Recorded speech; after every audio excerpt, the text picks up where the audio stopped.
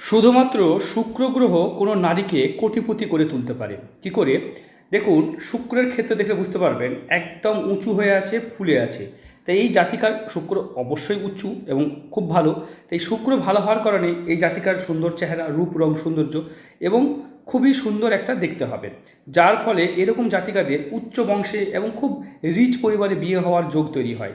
যার যেসব নারীর শুক্র উচ্চস্থ এবং দেখবেন যে হাতে আয়ুরেখা এবং হৃদয় রেখা এবং মস্তিষ্ক রেখা, এই তিনটে রেখা ভালো আছে। এবার এই যে বেসিক একটা, দুটো, তিনটে রেখা যদি কারোর ভালো থাকে এবং সে যদি, আমরা দেখতে পাচ্ছি শুক্রের স্থানটা উঁচু হয়, তাহলে এরকম কন্ডিশনে সেই সব জাতিকারা ভীষণ দেখতে সুন্দর হয়। আর এখানে যদি বিবাহ রেখা একটা থাকে এবং সেটা যদি ভালো হয়, সেই ক্ষেত্রে উচ্চ বংশে বিয়ে হয়, মানে দেখুন, কোটিপতি স্বামী হলে জাতিকাও তো কোটিপতি হয়ে যায়, এরকম তো নয়। তাই কোটিপতি হওয়ার বিভিন্ন পথ হতে পারে। সেই ক্ষেত্রে শুক্র কিন্তু কোনো জাতিকাকে কোটি টাকার মালিক করে